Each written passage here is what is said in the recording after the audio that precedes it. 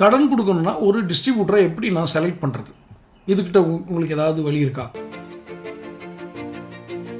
அவர்கிட்ட கடன் எவ்வளோ கொடுக்குறீங்கன்றது விட்டுருங்க. அது 1 கோடியோ 1 லட்சமோ 50 லட்சமோ 10,000மோ 20,000மோ என்னமோ கொடுக்குறீங்க. அவரை எப்படி நம்புவது? இப்போ பார்கெயின் பண்ணுறவங்கெல்லாம் நல்லவங்க எடுத்துக்க முடியுமா இல்லை அப்படின்னு கேட்டிங்கன்னா, பார்கெயின் பண்ணுறவங்களை நீங்கள் நம்புவதற்கான சாத்தியக்கூறுகள் இருக்கிறது.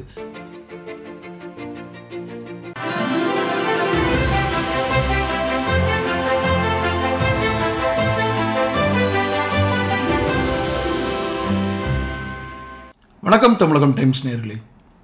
இந்த வீடியோவில் சரி வியாபாரத்துக்கு வந்துட்டோம், நான் உற்பத்தியாளர், நான் கடன் கொடுக்காமல் இந்த வியாபாரத்தை பண்ணவே முடியாதுங்கிற ஒரு நிலைப்பாட்டுக்கு வந்துட்டேன். பல்வேறு காரணங்கள் கூட இருக்கலாம்.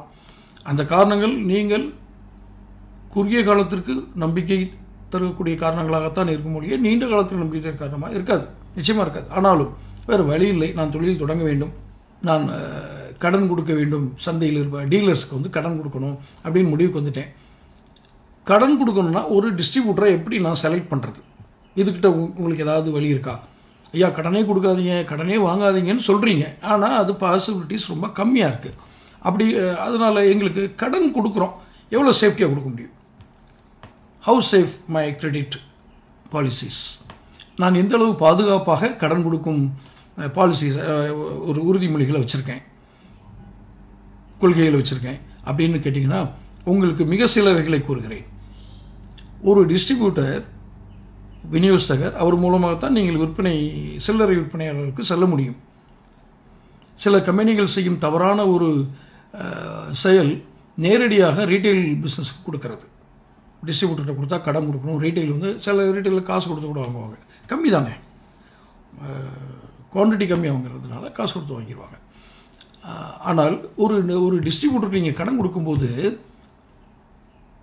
அவர்கிட்ட கடன் எவ்வளோ கொடுக்குறீங்கன்றதை விட்டுருங்க. அது 1 கோடியோ 1 லட்சமோ 50 லட்சமோ 10,000மோ 20,000மோ என்னமோ கொடுக்குறீங்க.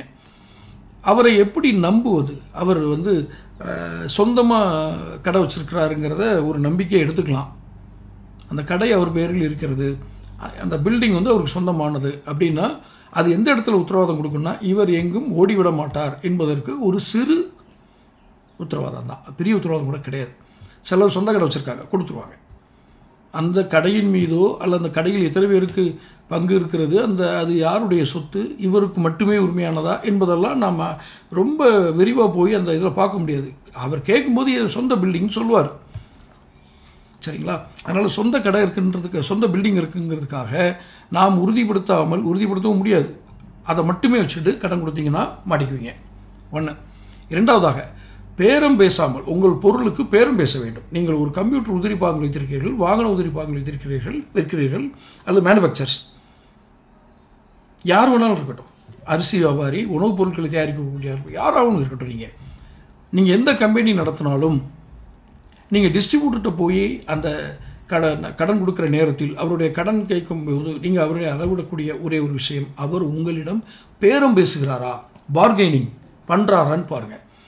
ரியலாக பணம் கொடுக்கணும், உங்களுக்கு திருப்பி பணம் கொடுக்கணும், இவர்கிட்ட பொருளை கடன் வாங்கி நம்ம திருப்பி கொடுக்கணும்னு நினைக்கிறவங்க பேரம் பேசுவாங்க, பார்கெயின் பண்ணுவாங்க. ஏன்னா பணம் திருப்பி கொடுக்கணும்னு நினைப்பு இருக்கவங்களுக்கு தான் அந்த பார்கெயின் வரும். இவருக்கு வாங்கி இவர் பணத்தில் நம்ம வேறு ஏதாவது பண்ணிடுவோம்னு நினைக்கிறவங்க பார்கெயின் பண்ண மாட்டாங்க. சும்மா பேரளவுக்கு அப்படியா இப்படி கொடுத்தா நல்லா இருக்குமேன்னு கேட்பாங்க ஒழிய அதுக்காக வேண்டான்னு சொல்ல மாட்டாங்க. சிலர் ஐயா இந்த விலைக்கு எனக்கு கொடுத்தால் நான் உங்கள் பொருளை வாங்குகிறேன், இல்லை என்றால் வேணான்றுவாங்க. அப்போ பார்கெயின் பண்ணுறவங்கெல்லாம் நல்லவங்க எடுத்துக்க முடியுமா இல்லை அப்படின்னு கேட்டிங்கன்னா, பார்கெயின் பண்ணுறவங்களை நீங்கள் நம்புவதற்கான சாத்தியக்கூறுகள் இருக்கிறது. வேண்டாம் என்று இறுதியில் கூறுவார்கள். அப்படியானால் நீங்கள் அதற்கு ஒரு 99 மார்க் போட்டுடலாம் மேக்சிமம், ரைட்?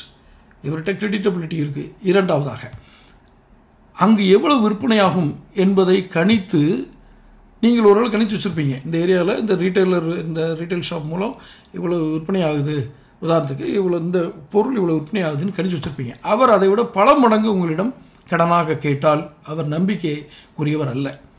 காரணம், கடன் சுமையை ஏற்றிக்கொள்வது எந்தவித முகாந்திரமும் இல்லாமல் அதை விற்கதே 100 பொருள் தான், ஒரு மாதத்துக்கு 100 பீஸ் விற்கும், 100 கிலோ விற்கும் அப்படின்ற ஒரு பொருளை எனக்கு 300 கிலோ கொடுங்க, 300 நம்பர் கொடுங்க அப்படின்னு கேட்குறாங்கனாலே something is wrong, which we cannot predict at the level of conversation. அந்த பேச்சுவார்த்தையில் நீங்கள் அதை கணிச்ச முடியாது. ஆனால் சம்திங் ராங்.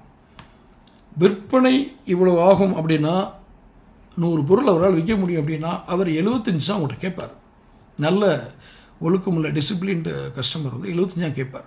ஏன்னா ஒரு டிமாண்ட் இருக்கட்டும்னு பார்ப்பார். அந்த ஆர்டிஃபிஷியல் டிமாண்டை வந்து திறமையான வியாபாரிகள் வந்து செய்வாங்க, ரீட்டைலர்ஸ். ஸோ பார்கெயின் பண்ணணும், ஒரு குறிப்பிட்ட விலைக்கு மேலே வேணாம்னு சொல்கிற அளவுக்கு அவங்க இருக்கணும்.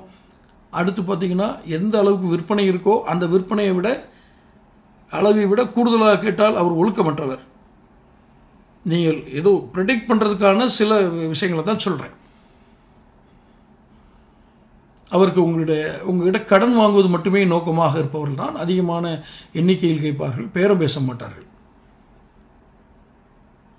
அடுத்ததாக, இந்த கடனை உத்தரவாதத்துடன் திருப்பி தருகிறேன் என்று அவர் ஏதோ ஒரு உத்தரவாதம் கொடுக்குறாரு, செக் கொடுக்குறாரு, பார்ட்டி அக்ரிமெண்ட் போடுறாரு அப்படின்னா அவர் இதற்கு முன் எத்தனை கம்பெனிகளுடன் ஒப்பந்தம் செய்துள்ளார் என்பதை கேளுங்கள். அதை வைத்து ஓரளவுக்கு நாம் யூத்தி விடலாம். ஓரளவுக்கு தான். எல்லாருமே வந்து ஓரளவுக்கு சொல்கிறீங்களே, 100% ஏன் சொல்லலைன்னு ஒரு கேள்வி வருது இல்லையா? இதுக்கான பதில் கடைசியில் சொல்கிறேன்.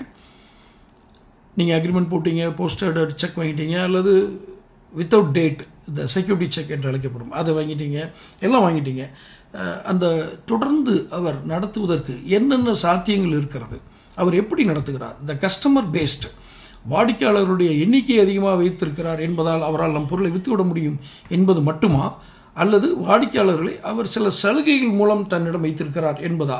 இதை கொஞ்சம் அவருடைய ரீட்டைல் ஷாப்பில் டிஸ்ட்ரிபியூட்டர்கிட்ட கொஞ்சம் இதாக பாருங்கள். அவர் எதன் மூலம் அதை நடத்துகிறாருன்னு. அவர் வாடிக்கையாளர்களை மட்டுமே வைத்து நடத்துவதாக இருந்தால் சற்று பலவீனம். அவர் தன்னுடைய திட்டங்களின் மூலம், ஸ்ட்ராட்டஜிஸ், வியூகங்களின் மூலம் அந்த வியாபாரத்தை நடத்துகிறார், டிஸ்ட்ரிபியூட்டர்ஷிப் நடத்துகிறார் என்றால் நீங்கள் ஒருபடி மேலே போய் அவரை நம்பலாம். உங்கள் பொருள் அங்கே போய் சேரும், வாடிக்கையாளர்களுக்கு போய் சேரும். ஏனென்றால் இவரிடம் திட்டங்கள் இருக்கிறது. இவர் தனிநபரை நம்பி இல்லை, தனி ஒரு வாடிக்கையாளர்களுடைய இதுகளை நம்பி இல்லை. எந்த வாடிக்கையாளராக இருந்தாலும் repeated customers or new customers, என் வியாபாரத்துடைய ஸ்டெபிலிட்டி அப்படி வச்சிருப்பேன்னு சொல்லுவாங்க. நல்லா வச்சிருந்தாலே ரிப்பீட்டட் கஸ்டமர்ஸ் வந்துடுவாங்க. இருந்தாலும் வாடிக்கையாளர்களை மட்டுமே நம்பி வியாபாரம் நடத்தாத விநியோகஸ்தகர்கள், ரீட்டைலர்ஸ், அவங்க தான் கம்பெனிக்கு பெரிய ப்ராப்பர்ட்டி. நிறைய கம்பெனிகள் இருக்காங்க, நிறைய டிஸ்ட்ரிபியூட்டர்ஸ் இருக்காங்க. மோர் தென் 20 years 25 years கம்பெனியோட பாண்டிங் ஆகிருப்பாங்க. ஒரு கட்டத்தில் வந்து அந்த கம்பெனி இவர் மூலம் நாம் சம்பாதித்த பணம் நாம் ஓரளவுக்கு நன்றாகவே சம்பாதித்து இருக்கிறோம், இவருக்கு இனி நாம் நிறைய சலுகைகள் தரலாம் என்று கம்பெனிகள் முடிவு செய்யும். அந்த முடிவுக்கு வரும் அளவிற்கு இவருடைய வியாபார அளவு, இவருடைய வியாபாரத்தினுடைய தன்மை, இவர் பெற்றிருக்கும் அந்த வெற்றிகள் இவரை அந்த இடத்துக்கு கொண்டு போய் சேர்க்கும். அதனால தான் ஒரு கஸ்டமரை நீங்கள் கணிக்கும் பொழுது, கடன் கொடுப்பதற்காக ஒரு விநியோகஸ்தகரையோ ஒரு டீலர் அதிகமாக யாரும் நேரடியாக கடன் கொடுக்க மாட்டாங்க. டீலர் கடன் கொடுத்தாங்கன்னா சீக்கிரமாக காணாமல் போயிடுவாங்க கம்பெனிகள். புரிஞ்சுக்கிட்டீங்களா? ஏன்னா டீலர்ஸ்க்கு கடன் கொடுக்கறதுல ஏன் காணாமல் போகிறாங்க, நான் டீலர்ஸ் வந்து தவறாக சித்தரிக்கலை. அவங்களுக்கு வந்து பிஸ்னஸ் ஸ்ட்ராட்டஜிஸ் அப்படிங்கிறதெல்லாம் ஸ்டாண்டர்டாக வச்சுக்க முடியாது. பல்வேறு பொருட்கள் பல்வேறு இதில் வச்சு சில்லறை விற்பனை. இப்போ பையர்ஸ் மார்க்கெட், எந்த பிராண்டு வாங்குறாங்களோ, எந்த பிராண்டை கேட்குறாங்களோ அதை கொடுத்தாகணும். இல்லைன்னு சொன்னால் அவன் அடுத்த கடைக்கு போயிடுவான். அதனால் அவங்க வந்து ஒரு பிராண்டை நம்பிலாம் அவங்க வியாபாரம் பண்ண மாட்டாங்க. பையர்ஸ் என்ன கேட்குறாங்களோ அதை மட்டும் வாங்கி வைப்பாங்க. அவங்களுக்கு கடன் கொடுப்பது என்பது சற்று ரிஸ்க் தான். அவங்களும் அவங்களை ஏமாற்றிட்டு போகணும்னு நினைக்க மாட்டாங்க. அப்படியே இருக்கும். சில ஆட்கள் வந்து ரொம்ப நேர்மையான ஆளாக இருந்தால் விற்காமல் அப்படியே நீங்கள் ரேக்லேயே இருக்கும். அந்த கடைக்கு போனீங்கன்னா என்ன விற்கவே இல்லை, ஒன்றும் உங்கள் பொருளை கேட்ட யாரும் வரலையேம்பாங்க. யாரும் வரலைன்னா இப்படி அப்படின்னு இவர் யோசிப்பார். யாரும் வரலையே, என்ன காரணம்? No enquiry, no brand establishment, no brand enquiries. ஒரு சில்லறை விற்பனையாளருக்கு இதெல்லாம் வேணும், இல்லைன்னா உங்கள் பொருளை விற்க மாட்டார். அவர் போய் கம்பல் பண்ணிடலாம், கஸ்டமர் இது பண்ண மாட்டார். ஸோ இதை தாண்டி ஒரு விநியோகஸ்தகர் தன்னுடைய திட்டங்களின் மூலம், ஸ்ட்ராட்டஜிஸ், வியூகங்கள் மூலம் ஒரு வியாபாரத்தை நடத்தி கொண்டிருக்கிறார் என்றால் அவருக்கு கடன் கொடுப்பதற்கு நீங்கள் மேக்சிமம் நம்பலாம். ஏனென்றால் அவர் தன்னுடைய வியூகங்களை நம்பி நிற்கிறார். அவர் வெறும் வாடிக்கையாளர்களை நம்பி இல்லை. இந்த வாடிக்கையாளர்களை அந்த கன்சியூமர் சைக்காலஜி தெரிஞ்சவர்னு அர்த்தம். Consumer psychology always changes. கன்சியூமருடைய இன்டென்ஷன் மாறும். காரணம் விளம்பரங்கள் ஏற்படுற தாக்கங்கள், பல்வேறு பொருளாதார தாக்கங்கள், பொது விழிப்புணர்வு, இது போன்றவைகள் ஒருவருடைய தீர்மானங்களை மாற்றிக்கொண்டே இருக்கும்.